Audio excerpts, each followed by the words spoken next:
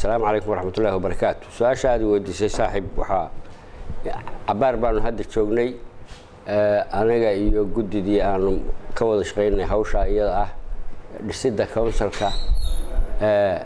هذا وحنكون شيء كرا إني عندك كانوا شيء إني جب نوت هاي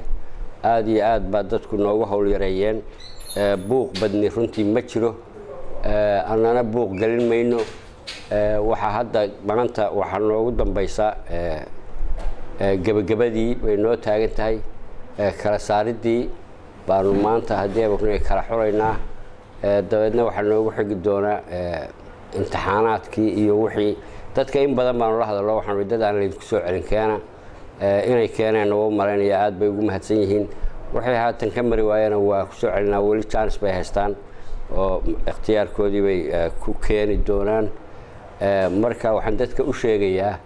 inay hawshii meel wanaagsan noo marayso oo gabagaba noo tahay oo 2-3 bari soo socda aanu ka farxalan doono hadii alla yiri shuruudii dadka saarteen digniin hor u dirteen iyo arrimaha haweenka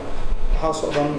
iyada laftigeeda ma kala hadashay waa kala hadalay horena waa wala soo hadalay meel fiican bay noo maraysaa insha Allah meel fiican bay noo maraysaa dadkuna badi waa fuliyeen shuruudii